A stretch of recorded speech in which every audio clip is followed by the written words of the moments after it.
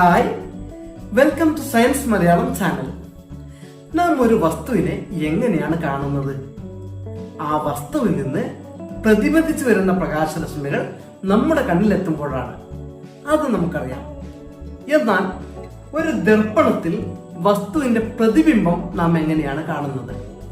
ഇത് തിരിച്ചറിയാനുള്ള പരീക്ഷണമാണ് അവതരിപ്പിക്കുന്നത്. ഇതിനാവശ്യമായ സാമഗ്രികൾ: ഒരു ബോർഡ്, ആ ബോർഡിൽ കണ്ണാടി വെക്കാൻ വേണ്ടി കുറെ സ്ലിറ്റുകൾ ഉണ്ടാക്കിയിട്ടുണ്ട്, 2 കണ്ണാടി കഷ്ണങ്ങൾ, എന്തെങ്കിലും ഒരു വസ്തു. ഈ വസ്തുവിനെ ഈ 2 കണ്ണാടികളുടെയും ഇടയിലായി സെന്ററിൽ ഞാൻ വെച്ചിരിക്കുന്നു.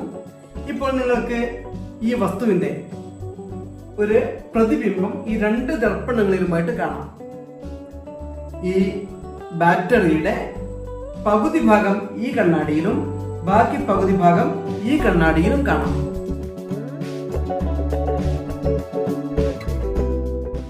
ഇനി നമുക്ക് ഈ 2 ദർപ്പണങ്ങൾക്കും ഇടയിൽ അല്പം വിടവ് ഉണ്ടാക്കിയിട്ട് നിരീക്ഷിക്കാം.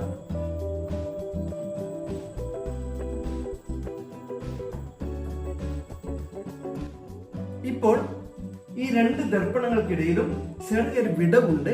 ആ രീതിയിലാണ് ക്രമീകരിച്ചത്. ഇപ്പോൾ നിങ്ങൾ കാണുന്ന പ്രതിബിംബം എങ്ങനെയാണ്? ഈ ബാറ്ററിയുടെ മധ്യഭാഗം മുറിഞ്ഞതായി കാണുന്നു. ഈ ഭാഗത്ത് നിങ്ങൾക്ക് പ്രതിബിംബം കാണാൻ കഴിയുന്നില്ല. പ്രതിബിംബത്തിന്റെ മധ്യഭാഗം മുറിഞ്ഞിരിക്കുന്നു. ബാറ്ററിയുടെ പ്രതിബിംബത്തിന്റെ ഒരു ഭാഗം ഈ ദർപ്പണത്തിലും മറുഭാഗം ഈ ദർപ്പണത്തിലും കാണാം. എന്താണ് ഇങ്ങനെ പ്രതിബിംബം മുറിഞ്ഞു പോയത്? ഈ ബാറ്ററിയുടെ മധ്യഭാഗത്തു നിന്നും ലംബമായി ഇങ്ങോട്ട് പോകുന്ന പ്രകാശരശ്മികൾ ദർപ്പണത്തിൽ വീഴാതെ ഈ വിടവിലൂടെ അങ്ങോട്ട് സഞ്ചരിച്ചു പോകുന്നു. ദർപ്പണത്തിൽ വീഴാത്തത് കൊണ്ട് അത് പ്രതിഫലിച്ച് നമ്മുടെ കണ്ണിലെത്തുകയുമില്ല. കാരണം നാം നോക്കുന്നത് ലംബ ദിശയിൽ നിന്നാണ്. ലംബമായി വീഴുന്ന പ്രകാശരശ്മികൾ ലംബമായി തന്നെയാണ് തിരിച്ചു വരിക. ലംബമായി പ്രകാശരശ്മികൾ ദർപ്പണത്തിൽ വീഴാത്തത് കൊണ്ട്, അത് അപ്പുറത്തേക്ക് കടന്നു പോകുന്നത് കൊണ്ട് നമുക്ക് മധ്യഭാഗത്ത് പ്രതിബിംബം കാണാൻ കഴിയുന്നില്ല. അതേസമയം ബാറ്ററിയുടെ ഈ ഭാഗത്തു നിന്നും ഈ ദർപ്പണത്തിൽ ലംബമായി വീഴുന്ന പ്രകാശരശ്മികൾ ലംബമായി തിരിച്ചു വരുന്നു. ആ ദിശയിൽ നിന്ന് നമ്മൾ നോക്കുന്നത് കൊണ്ട് നമുക്ക് ബാറ്ററിയുടെ പകുതി പ്രതിബിംബം ഇവിടെ കാണാം. അതുപോലെ ബാറ്ററിയുടെ ഈ ഭാഗത്തു നിന്നും ദർപ്പണത്തിൽ ലംബമായി വീഴുന്ന പ്രകാശരശ്മികൾ ലംബമായി തന്നെ തിരിച്ചു വരുന്നു. നാം ലംബ ദിശയിൽ നിന്ന് നോക്കുമ്പോൾ ആ ഭാഗത്തിന്റെ പ്രതിബിംബവും കാണാം. എന്നാൽ ഈ ബാറ്ററിയുടെ മുഴുവൻ ഭാഗത്തു നിന്നും ചെരിഞ്ഞ പ്രകാശരശ്മികൾ ഇങ്ങോട്ട് വരുന്നുണ്ടാവില്ലേ? അതുപോലെ ഇതിൽ നിന്നും ചെരിഞ്ഞ പ്രകാശരശ്മികൾ അങ്ങോട്ടും പോകുന്നുണ്ടാവില്ലേ? ഇവിടെ വീഴുന്ന പ്രകാശരശ്മികൾ സ്വാഭാവികമായും ഈ ഭാഗത്തേക്ക് പ്രതിപതിക്കും. ഇവിടെ വീഴുന്ന പ്രകാശരശ്മികളോ ആ ഭാഗത്തേക്കും പ്രതിപതിക്കും.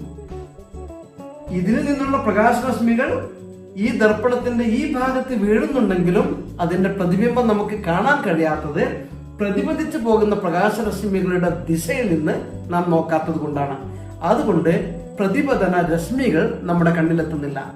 നാം ഈ സംവിധാനത്തെ ഇങ്ങനെ തിരിച്ചു നോക്കുകയാണെങ്കിൽ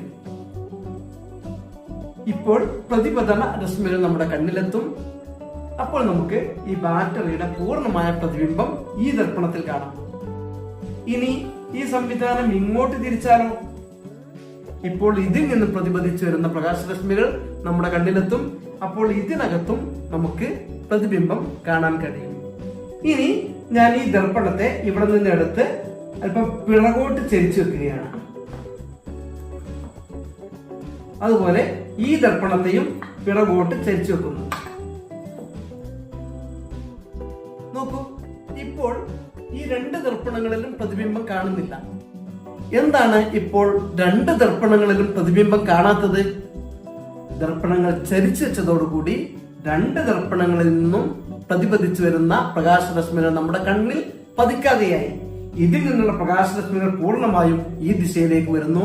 ഇതിൽ നിന്നുള്ള പ്രകാശരശ്മികൾ പൂർണ്ണമായും ആ ദിശയിലേക്ക് പോകുന്നു.